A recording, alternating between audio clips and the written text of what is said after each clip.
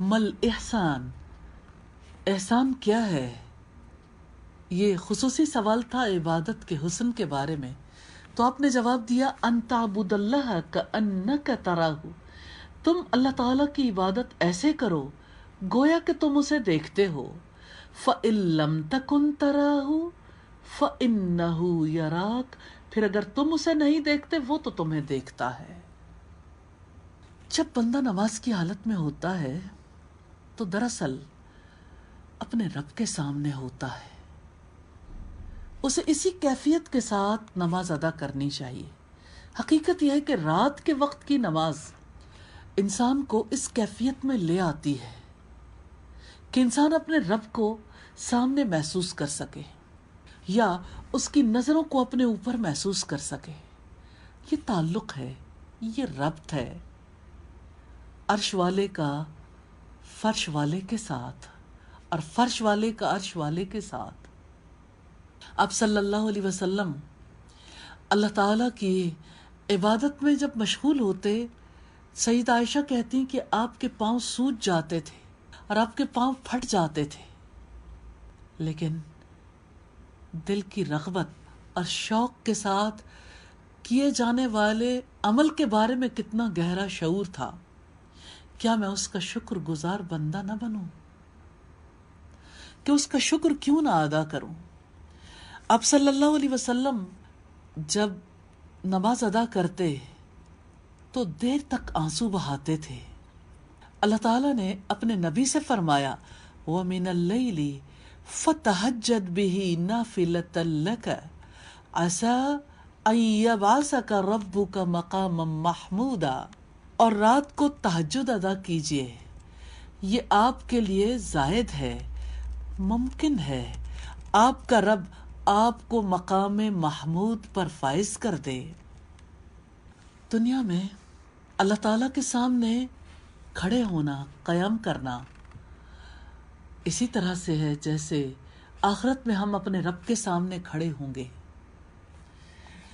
رمضان میں دن کے روزے، راتوں کا قیام، دراصل دونوں کا تعلق قرآن کے ساتھ ہے۔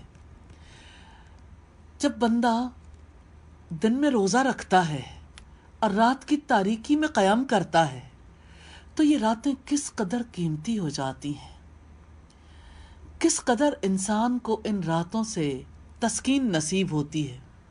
اللہ پاک نے رات کو جھکنے والوں کے بارے میں فرمایا سورہ الذاریات کی آیت نمبر 17 میں، کانوا قلیلا من اللیل ما یہجعون، وہ راتوں کو بہت کم سویا کرتے تھے۔ اللہ پاک نے ان بندوں کی خوبی بیان کی ہے جن کی راتیں حسین ہوتی ہیں۔ بندے کا شہنشاہ کائنات سے متعلق ہونا کوئی چھوٹا معاملہ نہیں ہے۔ اس گلوب پہ کسی کونے میں، کسی چھوٹے سے علاقے میں ایک بندہ جب جائے نماز پر کھڑا ہوتا ہے اور اپنے رب کے آگے ہاتھ باندھ لیتا ہے، رکوع کرتا ہے، سجدے میں چلا جاتا ہے، تو یہ دراصل عرش والے کے ساتھ رابطے کا جڑ جانا ہے۔ حقیقت یہ ہے کہ ہر چیز اپنی اصل کی طرف لوٹتی ہے۔ آسمان کی تڑپتی بجلیوں کا مرکز و محور زمین کے اندر ہے۔ اسی وجہ سے جب بادل آتے ہیں آپ یہ منظر دیکھتے ہیں، تڑپتی بجلیاں ہر چیز کو جلا کے راکھ کر کے چیر پھاڑ کے اس کے اندر سے گزر کے زمین کے مرکز تک جانا چاہتی ہیں۔ اور انسان کی اصل زمین میں نہیں ہے۔ رب العزت نے فرمایا وَنَفَخْتُ فِيهِ مِن رُوحِي، میں نے اس میں اپنی روح پھونکی ہے۔ یہ روح بے قرار رہتی ہے۔ اس کے قرار کے لیے جہاں 5 نمازیں فرض کی ہیں وہاں موقع دیا ہے نوافل کا بھی۔ اور سچی بات یہ ہے کہ یہ نوافل ہماری زندگی میں بہت زیادہ اہمیت رکھتے ہیں۔ نبی صلی اللہ علیہ وسلم نے فرمایا، اللہ تعالیٰ فرماتے ہیں لا یزال عبدی یتقرب الی بالنوافل، میرا بندہ برابر نفل عبادات کے ذریعے سے میرا قرب حاصل کرنے کی کوشش کرتا رہتا ہے، حتیٰ کہ میں اس کے کان بن جاتا ہوں جن سے وہ سنتا ہے، اس کی آنکھیں بن جاتا ہوں جن سے وہ دیکھتا ہے، اس کے ہاتھ بن جاتا ہوں جن سے وہ کام کرتا ہے، اس کے پاؤں بن جاتا ہوں جن سے وہ چل کر جاتا ہے۔ بندہ اور رب، کتنا فرق ہے خالق اور مخلوق میں، لیکن اللہ پاک نے دونوں میں کس قدر گہری ہم آہنگی بتائی ہے کہ یہ نوافل ہیں۔ اللہ تعالیٰ کے آگے دل کی خوشی کے ساتھ جھکنا ہے، جس کی وجہ سے بندے کو یہ مقام نصیب ہوتا ہے کہ اللہ تعالیٰ اس کے دیکھنے کو اپنا دیکھنا، اس کے سننے کو اپنا سننا، اس کے پکڑنے کو اپنا پکڑنا، اس کے چلنے کو اپنا چلنا قرار دیتے ہیں۔ حقیقت یہ ہے کہ یہ نوافل ہیں جس کی وجہ سے رب کا قرب نصیب ہوتا ہے، جس کی وجہ سے انسان اس کی اطاعت کے لیے تیار ہوتا ہے۔ نوافل دن میں بھی ادا کیے جا سکتے ہیں، جیسے چاشت کے، اور جیسے تحیۃ الوضو ہے، تحیۃ المسجد ہے، اور اسی طرح سے مختلف اوقات میں نوافل ادا کیے جا سکتے ہیں۔ لیکن رات کے نوافل کی کیا ہی بات ہے۔ نیند توڑ کر اپنے رب کے لیے اٹھنا یقیناً شوق، محبت اور رغبت کے بغیر ممکن نہیں ہے۔ اللہ تعالیٰ سے اس کی توفیق مانگتی ہوں، اللہ تعالیٰ ہم سب کو توفیق عطا فرمائے، جھکنے کی، بچھنے کی، محبت کا اظہار کرنے کی، آنسو بہانے کی، ہر وہ عمل جو ہمارے رب کو ہم سے راضی کر دے وہ عمل کرنے کی۔ تہجد کی نماز کے حوالے سے اللہ رب العزت نے فرمایا وَبِالْأَسْحَارِ هُمْ يَسْتَغْفِرُونَ، سورہ الذاریات کی آیت نمبر 18 ہے، اور وہ سحر کے وقت مغفرت کی دعا مانگا کرتے تھے۔ سورہ آل عمران کی آیت نمبر 17 میں فرمایا وَالْمُسْتَغْفِرِينَ بِالْأَسْحَارِ، رات کے آخری حصے میں استغفار کرنے والے ہیں۔ ہم جب دیکھتے ہیں نبی صلی اللہ علیہ وسلم کے ساتھیوں کو، مہاجرین بھی ہیں، انصار بھی ہیں، جب رات کی تاریکی چھا جاتی تھی تو وہ خشوع و خضوع کے ساتھ اللہ تعالیٰ کی عبادت میں مصروف ہو جاتے تھے، گریہ و زاری بھی، خشیت بھی، اور صبح تک وہ اسی کیفیت میں رہتے، رات اپنے رب کے آگے تواضع سے، انکساری سے جھکے رہتے، اور جب صبح ہوتی تو وہ اپنی بہادری کے جوہر دکھاتے تھے۔ مہاجرین کے گھروں میں، انصار کے گھروں میں تلاوت کے لیے مدارس قائم تھے۔ ان کے گھر کیا تھے؟ تربیت کے ادارے تھے، یہ ایمان کی درس گاہیں تھیں۔ گھر تو ہمارے بھی ہیں، ان گھروں میں کیا کچھ نہیں ہوتا۔ جو شیطان کی اذان ہے، کون سا گھر ہے جس میں یہ اذان نہیں گونجتی؟ چاہے موبائل ٹون کے ذریعے سے ہو، یا ٹی وی کے کسی پروگرام کے دوران، یا کسی نیوز کے دوران، یا نیوز سے پہلے، کون ہے جس تک اب یہ صدائیں نہیں پہنچتی؟ جب شیطان کی اذان آئے تو شیطان کیوں نہیں آئے گا؟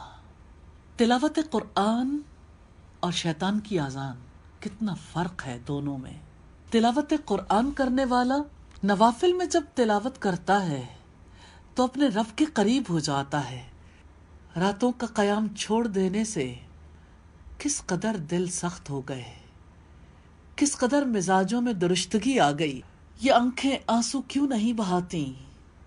دلوں کے اندر اس قدر سختی کیسے آ گئی؟ ایمان کیوں کمزور ہو گئے؟ نبی صلی اللہ علیہ وسلم نے فرمایا من قام رمضان ایمانا و احتسابا غفر له ما تقدم من ذنبه، جس نے ایمان اور ثواب کی نیت کے ساتھ رمضان کی راتوں میں قیام کیا، اس کے پچھلے سارے گناہ معاف کر دیے جائیں گے۔ کیا ہم نہیں چاہتے کہ ہمارے گناہ معاف کر دیے جائیں؟ ایمان اور ثواب کی نیت، دونوں چیزوں کی ضرورت ہے اللہ تعالیٰ سے اجر و ثواب کے لیے۔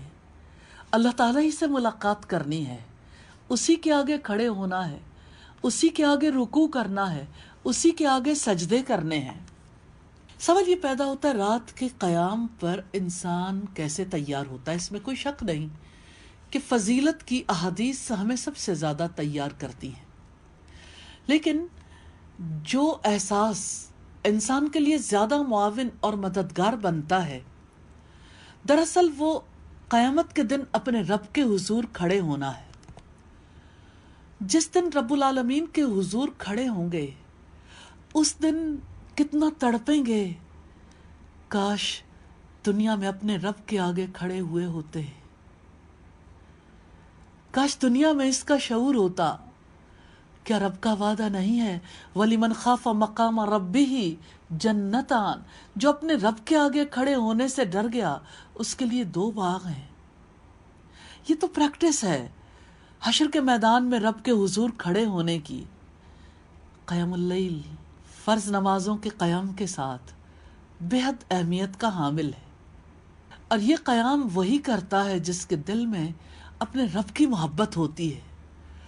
یاد کریں اس دن کو جو آنے والا ہے، جس دن ہمیں ہماری قبروں سے اٹھایا جائے گا، اور جو کچھ ہمارے دلوں میں ہے، جو کچھ ہمارے سینوں میں ہے، اس سارے دفینے کو باہر نکال دیا جائے گا۔ کس قدر ضرورت ہے رات کے قیام کے لیے قبروں سے اٹھنے کے منظر کی، اور پھر خود قبر کی تاریکی اور وحشت رات کی عبادت کا احساس دلاتی ہے، کیونکہ رات کا قیام قبر کو روشن کرنے والا ہے۔ اجر و ثواب کا احساس رات کے قیام کے لیے تیار کرتا ہے۔ گناہوں سے معافی کی فکر انسان کو رات کے قیام کے لیے آمادہ کرتی ہے۔ ہمارے اسلاف راتوں کا قیام مختلف انداز میں کیا کرتے تھے۔ کچھ لوگ ساری رات رکوع کی حالت میں، کچھ سجدے کی حالت میں، کچھ قیام کی حالت میں، بعض روتے رہتے، بعض غور و فکر کرتے تھے، اور بعض شکر گزاری کا رویہ اختیار کرتے تھے۔ کیا میں آپ سے سوال کر سکتی ہوں کہ آج ہمارے گھر قیام اللیل سے خالی کیوں ہیں؟ آج دلوں کے اندر نوافل کی وہ تڑپ، رغبت کیوں نہیں ہے؟ مساجد میں شروع کے دنوں میں نوافل ادا کرنے کے لیے، تراویح کے لیے جو لوگ پہنچتے ہیں، دوسرے عشرے میں کس قدر کمی آ جاتی ہے، اور تیسرے عشرے میں کچھ اضافہ ہوتا ہے، لیکن کتنی بڑی تعداد ہے جو اس سے غافل رہتی ہے۔ آج ہم دیکھتے ہیں کہ گھروں میں، مساجد میں فرض نمازوں میں کس قدر کمی آ گئی۔ نوافل فرائض کو پختہ کرنے کے لیے تیار کرتے ہیں۔ رات کس قدر سناٹا لے کے آتی ہے، تاریکی دلوں کو بھی تاریک کر دیتی ہے۔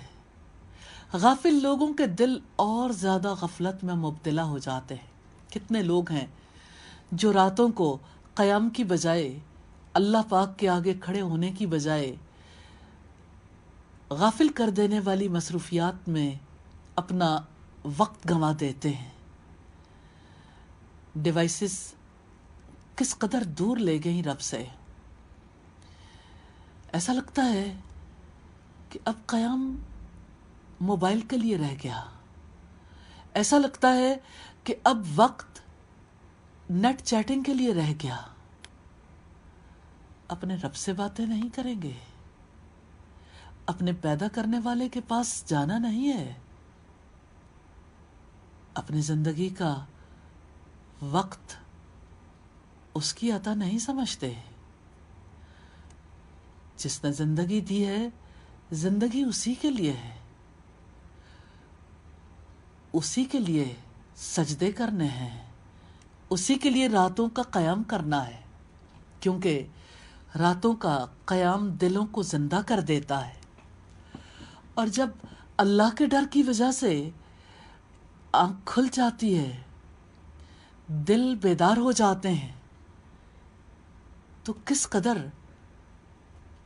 انسان کے قلب و ذہن میں قبر میں لیٹنا، حشر کے دن کھڑے ہونا اور پھر قبروں سے اٹھایا جانا تر و تازہ ہو جاتا ہے۔ جس کے ذہن میں موت کی، قبر کی، جی اٹھنے کی، حشر کے میدان کی جھلکیاں رہتی ہوں، وہ بھلا ساری رات کیسے سو سکتا ہے؟ بات تو یقین کی ہے، اور یقین کے لیے علم ناگزیر ہے۔ آج مسلمانوں کی نسلیں کن کاموں میں راتیں گزارتی ہیں، کن محفلوں کو گرم رکھتے ہیں ایمان کی حرارت رکھنے والے۔ اللہ تعالی ہمیں ہماری نسلوں کو اپنی پناہ میں رکھے، ہمیں زندگیاں نبی صلی اللہ علیہ وسلم کے طرز عمل کے مطابق، صحابہ کرام کے طرز عمل کے مطابق گزارنی ہے۔ نبی صلی اللہ علیہ وسلم نے سیدنا عبداللہ ابن عمر سے فرمایا تھا، یا عبداللہ لا تکن کفلان کان یقوم اللیل ثم ترک قیام اللیل۔ اے عبداللہ تو فلاں کی طرح نہ ہو جانا، وہ راتوں کو قیام کرتا تھا پھر اس نے قیام کرنا چھوڑ دیا۔ رمضان کی راتیں، قیام کی راتیں، روشن راتیں، روشن دن۔ دعا ہے اللہ تعالیٰ ہمارے دلوں کو، ہماری زندگیوں کو بھی روشن کر دے۔ رمضان میں قیام کریں تو رمضان کے بعد بھی اس سلسلے کو جاری رکھیں۔ اللہ تعالیٰ ہمیں توفیق عطا فرمائے۔ وآخر دعوانا ان الحمد للہ رب العالمین۔